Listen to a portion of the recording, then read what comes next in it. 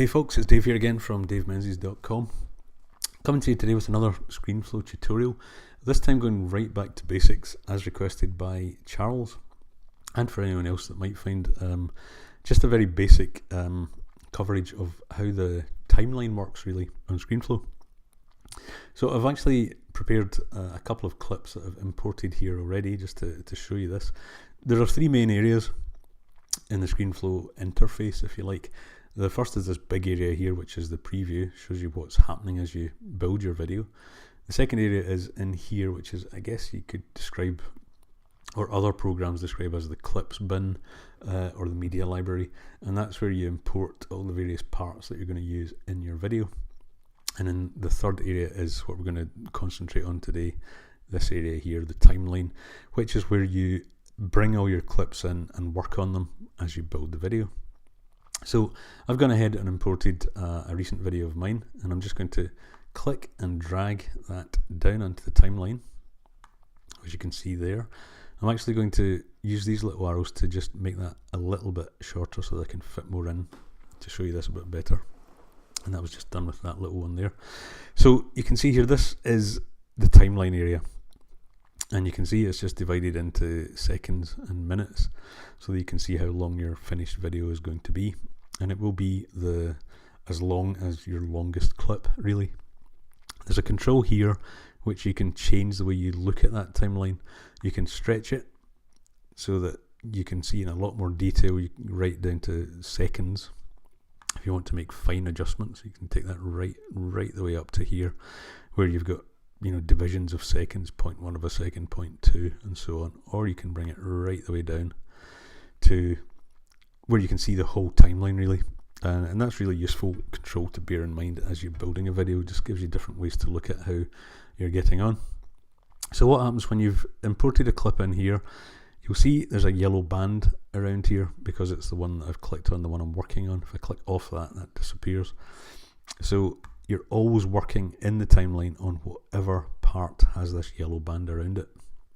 Okay, so all we've done here is add a video clip, and we can just use these bars at the corners or the sides to just bring that up to the full size of your work area. If you want to see more of the timeline and less of that area, you can use that control here and just bring that up. Let's just do that. Okay, so if I then say wanted to add another video, or in this case my logo, which I've imported, that's just a still image. I'm just going to do the same thing, click, drag that down onto the timeline, and you can see it's there, and you can see it's just very short. Now this is a still image. I want that to appear right the way through the whole video, so what I'm going to do is again just make that smaller, and then hover on that until you see that little bar appearing. Hold down, press click, and then drag that along to exactly the same length as the video, and you can now see that that is going to last for the entire duration of that segment of that video clip. Problem is here though, it's underneath, so if I was to play that, you don't see the logo. Well, you will initially. This is part of my a video sting that I've done, but you can see here that the logo isn't actually appearing here where I wanted it. That's because when you're working in a timeline, you need to think of making a video like this as stacking things up.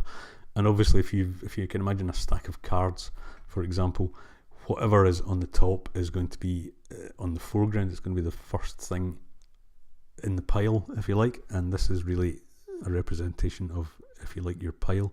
So if I want that logo to appear on top, I need to just drag the video underneath it, and I'll just move them up so we can see everything clearly. So now I've got the logo on top of the stack. You can see it here, and if I play that, you'll see the logo is there. It's in front of my face though, which is hardly ideal. So while this is highlighted again with the yellow band, I can just grab that, click to hold, and then just move it to where I want it. Let's put it there.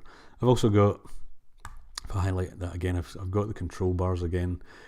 In this case I wouldn't want to stretch that because it will just become all pixely and horrible. It's just going to be up at the top here throughout the video.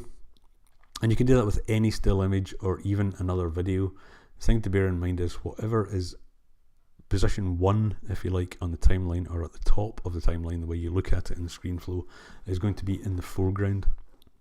So if I made that bigger, if I moved that over to here, that's going to be in front of my face because it's on top of the timeline. So let's just put it back to where we want it. Okay, so that really, in essence, is how you use the timeline. I've just written a blog post about this, which will give you a link. That's just the video clip I'm using as a demonstration for this.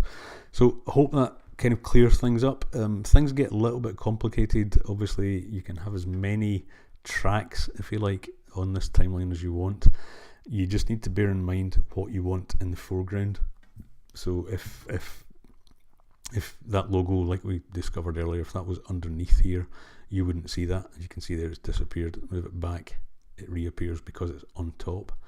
So that's kind of all you need to know about how the timeline works. Whatever you're working on, whichever layer, if we call them layers, you're working on will be highlighted in yellow, and to get that you just click on it and it will highlight whatever you're working on will be what's surrounded by that yellow band. Okay, so still images, you can drag them to whatever length you want. It's just a still image. You're deciding how long you want that to show for. So if you want it to disappear halfway through, you can just move it to there. If it's all the way through, it's just here.